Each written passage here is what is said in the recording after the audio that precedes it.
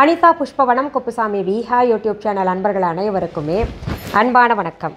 நம்முடைய யூடியூப் சேனலில் மார்கழி மாதத்தை முன்னிட்டு ஆண்டாள் நாச்சியார் அருளிய திருப்பாவை பாசுரங்களை விளக்கத்தோட தொடர்ந்து பார்த்துக்கிட்டு வரோம். இன்றைக்கு இந்த பதிவில் திருப்பாவை 22ஆம் பாடலுக்கான விளக்கம் பார்ப்பதற்கு முன்பாக இன்றைக்கு பிறந்த நாள் மற்றும் திருமண நாள் காண இருக்கின்ற அனைவருக்குமே என்னுடைய வாழ்த்துகள்.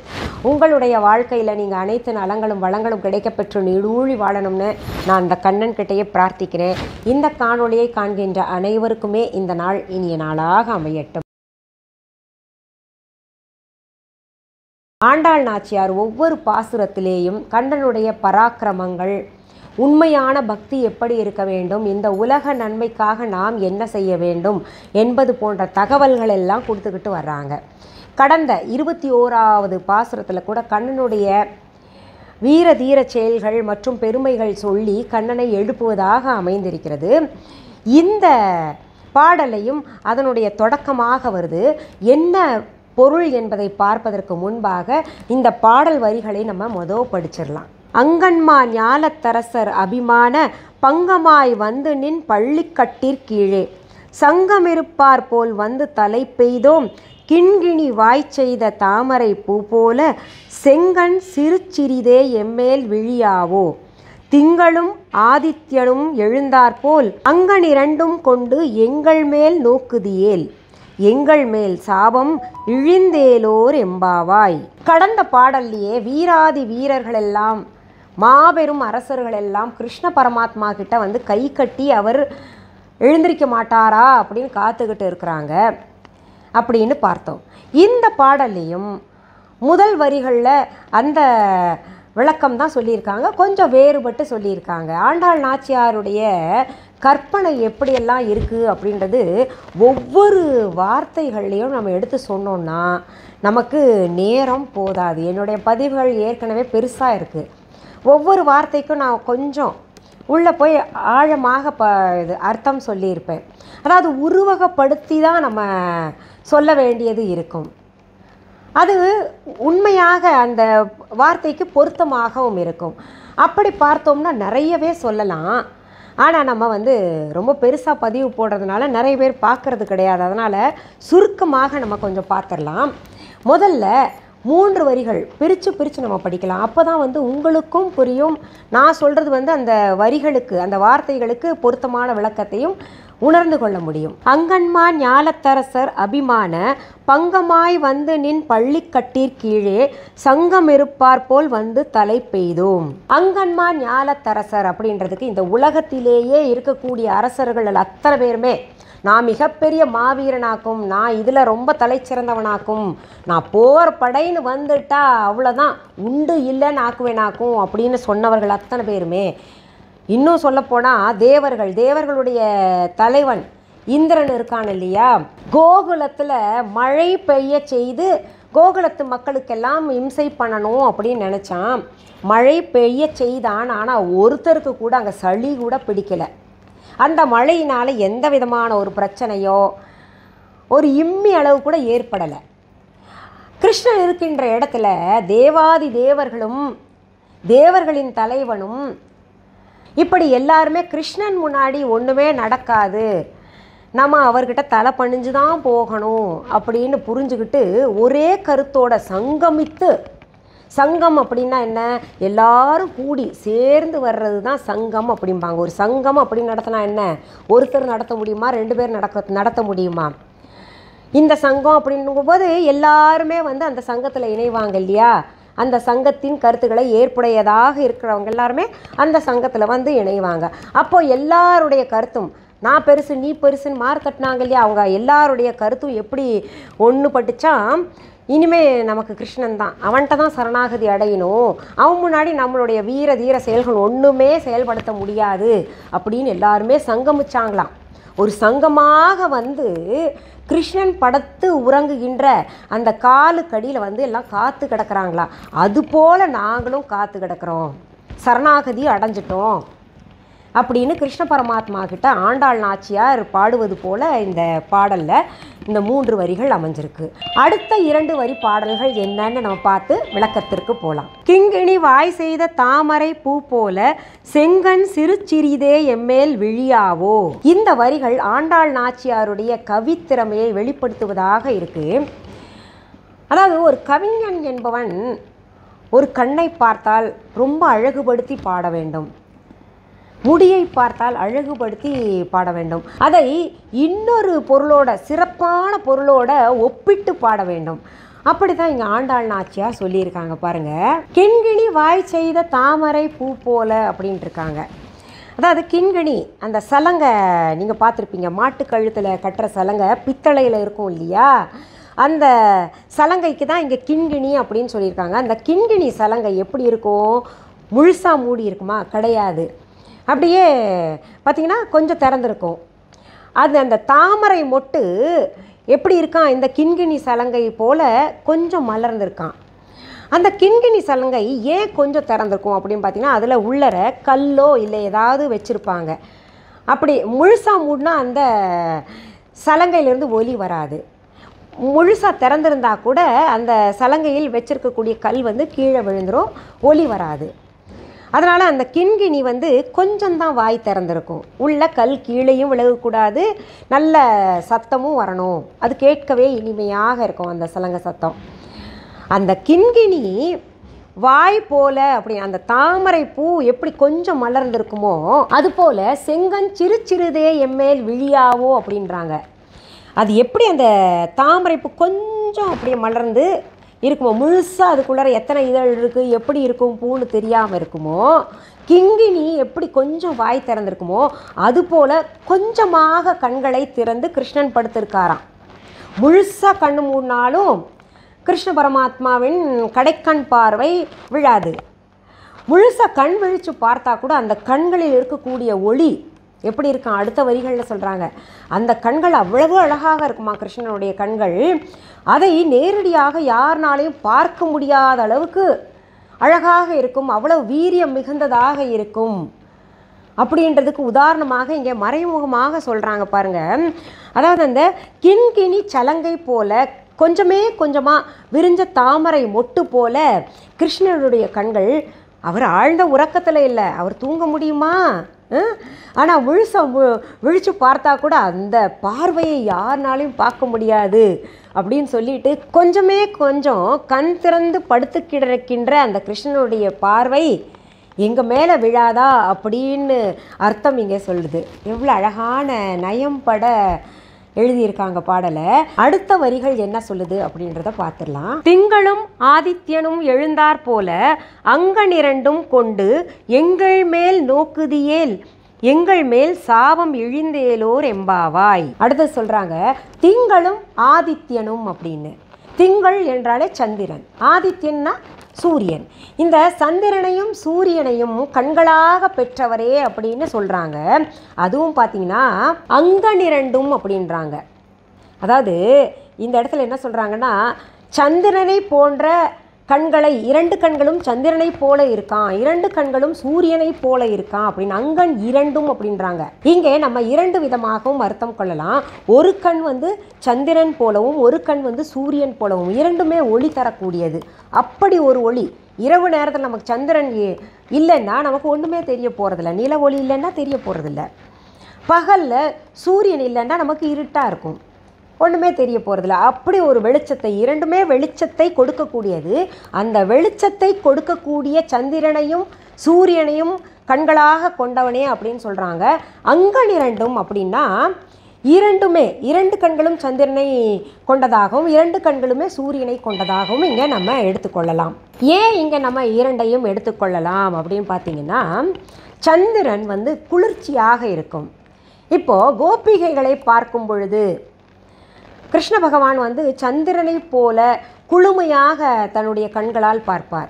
இதே விரோதிகளை, கம்சன் போன்ற அரக்கர்களை, அசுரர்களை பார்க்கும் பொழுது சூரியன் வெப்பத்தை கொடுக்குது இல்லையா, அந்த வெப்பம் வந்து கோபிகைகள் தாங்குவாங்களா? கிடையாது. அதனால் விரோதிகளை பார்க்கும் பொழுது, எதிரிகளை பார்க்கும் பொழுது அவர்களுக்கு வெப்பத்தை கக்கக்கூடிய, வெப்பத்தை வெளிப்படுத்தக்கூடிய இந்த சூரியனை போல இருக்கக்கூடிய கண்களை கொண்டவரே, 2 விதமான கண்களை உடையவன் அப்படின்னு இங்கே சொல்கிறாங்க. ஆனால் 2 விதமான கண்களும் எல்லாருக்குமே அந்த கண்களின் தன்மையை இவர் வெளிப்படுத்துவதில்லை. தன் மீது உண்மையான அன்பு கொண்ட பக்தர்களுக்கு குளுமையான அந்த சந்திரனை போன்ற கண்களால் பார்ப்பவரே அப்படின்றது அர்த்தமாக பார்த்துக்கலாம். எவ்வளோ அழகாக இருக்குது. இப்படி நம்ம ஒவ்வொன்றும் எடுத்தோம்னா நிறைய சொல்லிக்கிட்டு போகலாம். இது கொஞ்சம் ஆழமாக சொன்னோன்னா இன்னும் நிறையவே சொல்லலாம். ஆனால் நம்ம பொருள் தெரிஞ்சுக்கணும் அந்த அளவுக்கு உங்களுக்கு சொல்லிக்கிட்டு இருக்கிறேன். அடுத்த வரிகளில் சொல்கிறாங்க, இப்படி ஒளி பொருந்திய உன்னுடைய கடைக்கண் பார்வையால் எங்களை நீ பார்த்தேன்னா எங்கள் மேலே இருக்கக்கூடிய சாபமெல்லாம் போயிடும். எத்தனை பேருடைய சாபம் நாங்கள் வாங்கியிருப்போம். கிருஷ்ணனுக்கு பிரியமானவங்க இவங்க மட்டும்தானா, இந்த கோபிகைகள்னால் கிருஷ்ணனுக்கு ரொம்ப பிடிக்குதா அப்படின்னு ஒரு சாபமெல்லாம் இருக்கும். அப்புறம் நம்ம தெரிஞ்சோ தெரியாமலே எத்தனையோ சாபங்கள் வாங்கியிருப்போம். அந்த சாபங்கள் எல்லாம் போகணுன்னா உன்னுடைய கடைக்கண் பார்வை எங்களுக்கு வேணும். அதனால தான் உன் காலடியில் நாங்கள் நிற்கிறோம்.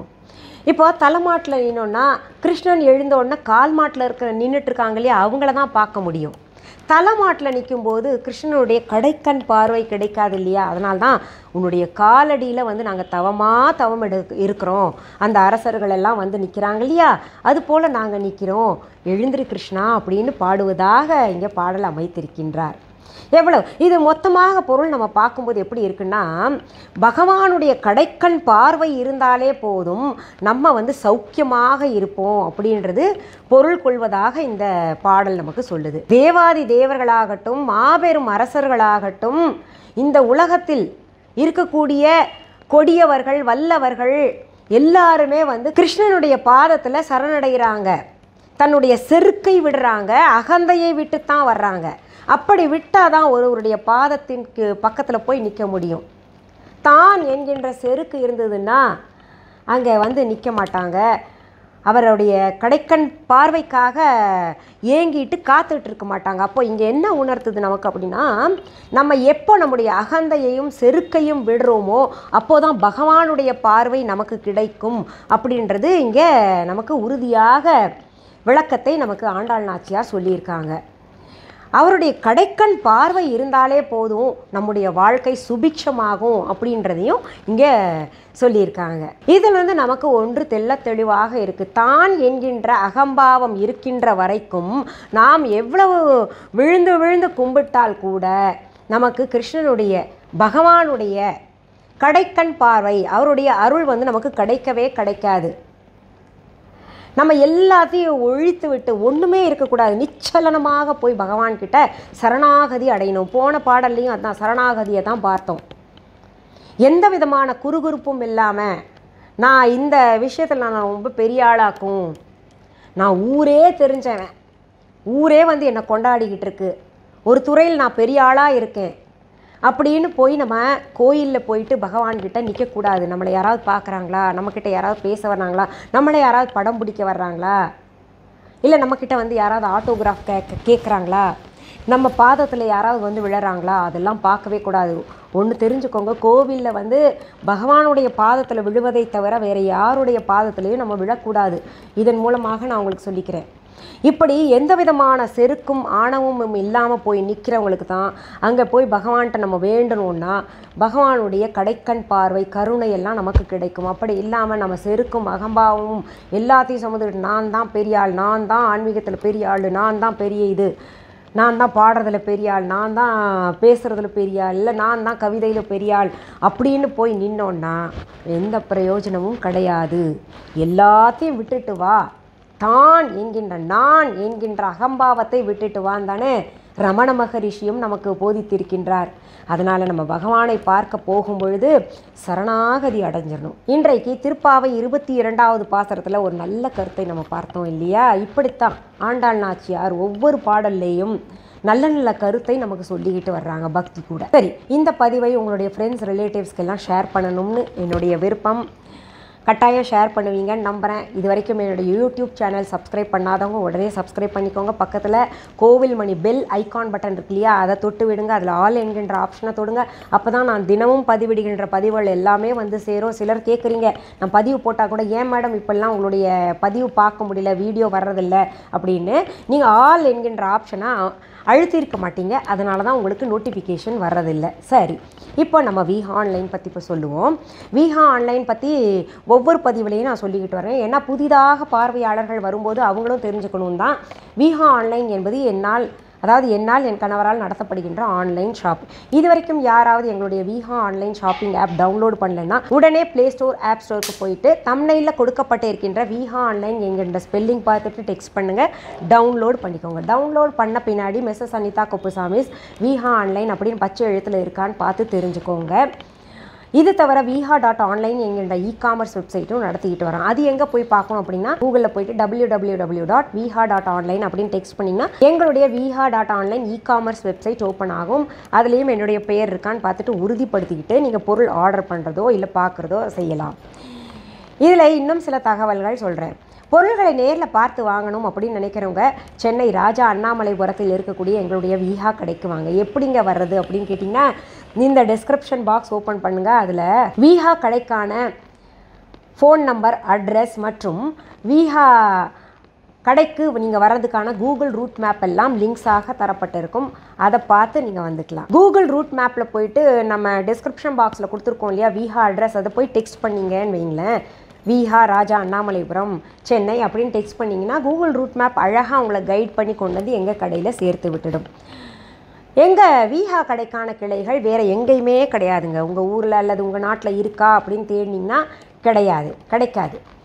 ஒரே ஒரு கடை தான் சென்னை ராஜா அண்ணாமலைபுரத்தில் நான் நடத்திக்கிட்டு வரேன். என்னுடைய பெயர், வீடியோ, புகைப்படம், ஆடியோவை பயன்படுத்தி யாராவது அவங்க கடை தாங்க அப்படின்னு விஹான்னு பேர் வச்சுருந்தாங்கன்னா, இல்லை அவங்க கடையில் இருந்தால் பொருள்கள் வாங்கி வந்து நாங்கள் விற்றுக்கிட்டு இருக்கோம் அப்படின்னு என்னுடைய லேபிள் பொருத்திய விஹா லேபிள் பொருத்திய பொருள்கள் கொடுத்துட்டு இருந்தாங்கன்னா இ-காமர்ஸ் வெப்சைட்லேயோ இல்லை ஷாப்பிங் ஆப்லேயோ வேறு எந்த ஷாப்பிங் ஆப்லேயோ வேறு எந்த இ-காமர்ஸ் வெப்சைட்லேயோ வேறு எந்த கடையிலையோ இருந்ததுன்னா அதற்கும் எனக்கும் தொடர்பு கிடையாது அப்படின்றத நான் சொல்லிக்கிறேன். ஏன்னா அதை நம்பி வாங்கிட்டு அந்த பொருள் சரியில்லைன்னா என்ன நீங்கள் எதுவும் குற்றம் சொல்லக்கூடாது. இது போன்ற குற்றங்களை தவிர்ப்பதற்காகத்தான் நான் திரும்ப சொல்கிறது, விஹா ஆன்லைன் ஷாப்பிங் ஆப்பை உங்கள் செல்ஃபோன்லேயே டவுன்லோட் பண்ணி வச்சுக்கோங்க, இல்லை உங்கள் சிஸ்டம்லேயே டவுன்லோடு பண்ணி வச்சுக்கோங்க. ஏதாவது பொருள்கள் பார்க்கணும், வாங்கணும் அப்படின்னு நினச்சிங்கன்னா அதில் போய் வாங்கிக்கலாம் இல்லையா? சரி, மீண்டும் அடுத்த பதிவில் சந்திக்கலாம். அது வரைக்கும் நன்றி, வணக்கம். அன்பான வாடிக்கையாளர்களே, உங்கள் விஹா ஸ்டோரில் பூஜை பொருட்கள், சிலைகள், ராசிக்கற்கள், வாஸ்து பொருட்கள், விதைகள், பாரம்பரிய அரிசி வகைகள், சிறுதானியங்கள், ஆர்கானிக் பொருட்கள், மூலிகை எண்ணெய், மளிகை பொருட்கள், மரச்செக்கு எண்ணெய், மரப்பொருட்கள், வெள்ளி ஆபரணங்கள், கிஃப்ட் ஆர்டிகல்ஸ், காட்டன் மற்றும் பட்டு புடவைகள், காட்டன் சுடிதார்கள், பட்டு பாவாடை, குழந்தைகளுக்கான விளையாட்டு பொருட்கள், ஹை குவாலிட்டி இமிடேஷன் நகைகள், வீட்டு உபயோக பொருட்கள், ஜூட் பேக்ஸ், ஹேண்ட்மேட் சோப்ஸ், அழகு சாதன பொருட்கள், சிறுதானிய பிஸ்கெட்டுகள், ஹோம் அப்ளையன்சஸ், இன்னும் பற்பல பொருட்கள் விற்பனைக்குள்ளது. விஹா ப்ராடக்ட்களை நீங்கள் வாங்க விரும்பினால் அது எங்களுடைய viha.online வெப்சைட் மற்றும் சென்னை ராஜா அண்ணாமலைபுரத்தில் உள்ள எங்கள் விஹா ஸ்டோரில் மட்டுமே கிடைக்கும் என்பதை தெரிவித்துக் கொள்கிறோம். வேறு எந்த ஆன்லைன் வெப்சைட்களிலும் விஹா ப்ராடக்ட்கள் விற்பனைக்கு கிடையாது என்பதை நீங்கள் கவனத்தில் கொள்ள வேண்டும். எங்கள் விஹா ஸ்டோரின் விலாசத்தை கண்டறிய கூகுள் மேப்ஸில் விஹா ஸ்டோர் என்று டைப் செய்தால் வழியை கண்டறியலாம். www.viha.online வெப்சைட்டிலும் விஹா ஸ்டோரின் அட்ரஸ் உள்ளது.